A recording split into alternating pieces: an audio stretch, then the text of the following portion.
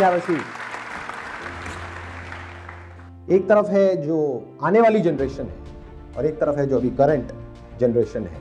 Challenge क्या है हम सबके सामने? एक कॉमन ग्राउंड है, चाहे वो पेरेंट्स हो चाहे वो बच्चे हो, कि आगे करना क्या है life in the age of AI. I hope आप लोगों को पता है कि एआई कितनी तेजी से इवॉल्व कर रहा है।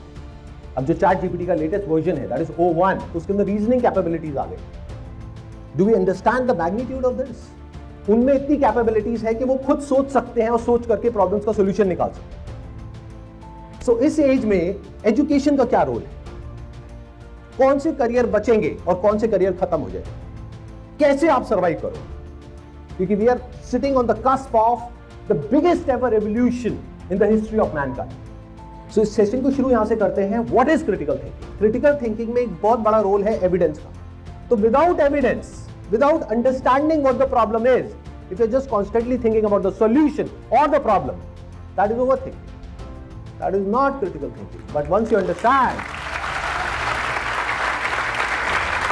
जो भी प्रॉब्लम है वो एक्चुअल में क्या है उसको समझते हो, फिर उसके ऊपर सोचते हो, that is critical thinking. जहां पे जो कंप्यूटर्स हैं वो आपसे मिलियन टाइम्स ज्यादा इंटेलिजेंट है, whatever we mean by intelligence for that matter. Not just in terms of the amount of information that is stored in there, but also the reasoning capabilities जो वहां पर develop होती जा रही है। मतलब अगर आप एक एआई सिस्टम को एक पर्टिकुलर प्रॉब्लम देते हो तो वो सॉल्यूशन निकालने में आपको लगेगा मान लो कई दिन कई महीने, but that can come out with a solution in seconds. तो ऐसे में क्या करें? कौन सा करियर चूज करें? कहीं ऐसा तो नहीं आज आप एक करियर चूज कर लो बेस्ड अपॉन के पास में ऐसा होता आया है, वो भैया दीदी ने ये किया था आज से 10 साल पहले 20 साल पहले, आज वो बहुत सक्सेसफुल है तो मैं भी यही करूंगा तो 20 साल बाद मैं सक्सेसफुल होऊंगा। हो सकता है वो भैया दीदी आपके जो वो ही अनएम्प्लॉयड होने वाले हैं। तो अब आप क्या करोगे? कैसे अपना करियर चूज करोगे? ऐसे में कि किसी भी प्रॉब्लम को अप्रोच करने का जो सबसे पहला स्टेप यानी क्रिटिकल थिंकिंग का जो सबसे पहला स्टेप है, that is open mind. A mind which can question anything and everything. Is it not true? चाहे पूरी दुनिया वो कर रही, but you must have the courage to question. कैसा माइंड है हमारा? या फिर we are all full of answers और उस डर की वजह से मोटिवेट होते हैं। Fear is a big motivator. Fear is a much bigger motivator than anyone else in this whole world. Fear की वजह से दो तरह के रिस्पॉन्स ट्रिगर होते हैं हमारे अंदर, फाइट और फ्लाइट। या तो हम डर करके भाग जाते हैं जैसे कोई फियर उठता है अंदर से, या अपना कोई कॉन्सेप्ट बना लेते हैं, कोई आइडिया बना लेते हैं, वहां पे जाकर के सेफ फील करते हैं, या फिर हम एक्ट करते हैं कि फाइट, जिसको बोलते हैं सॉल्यूशन ओरिएंटेड अप्रोच। कि पॉजिटिविटी से कुछ नहीं होता है, जो एक पॉपुलर नोशन है, बहुत पॉपुलर नोशन है कि अगर आप पॉजिटिव हो लाइफ में लेकर के तो आपके साथ सब कुछ पॉजिटिव ही होगा। सिर्फ पॉजिटिविटी से कुछ नहीं होता है, बल्कि फियर से उससे बहुत ज्यादा होता है जितना कि पॉजिटिविटी से, कि हम एक प्रॉब्लम के साथ में ठहर सके, उसको समझ सके।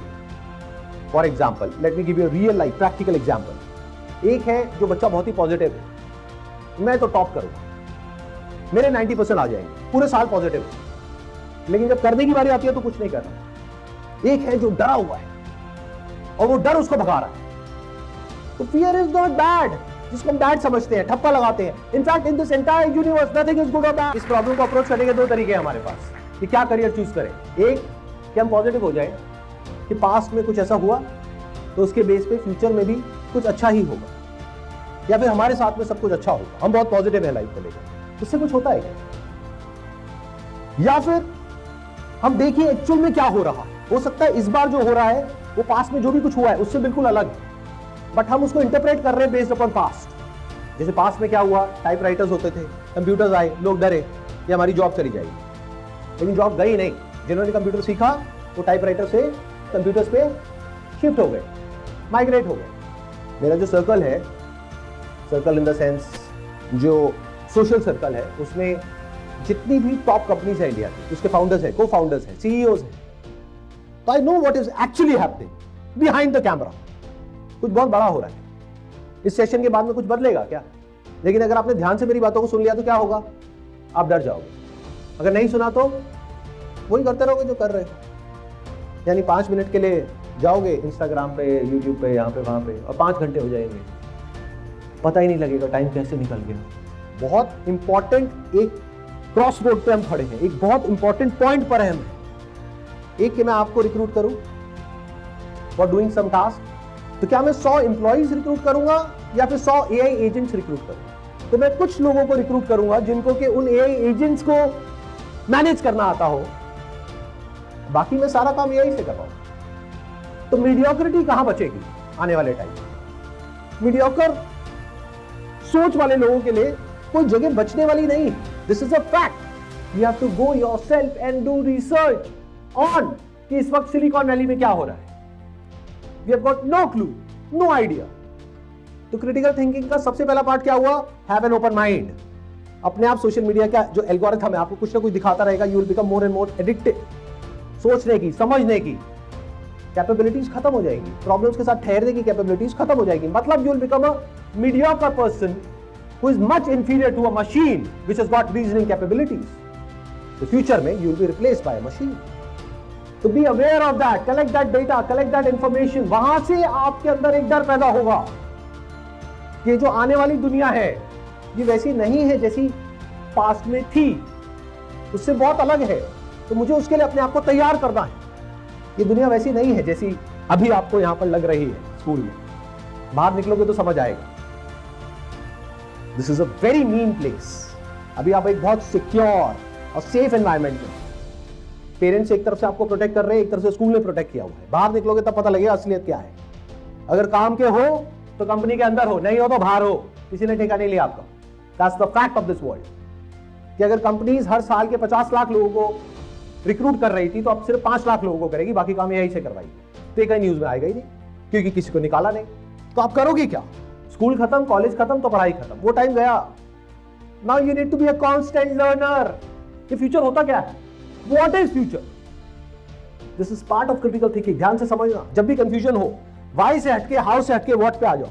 तो diagnosis is important, what is important. तो व्हाट इज फ्यूचर?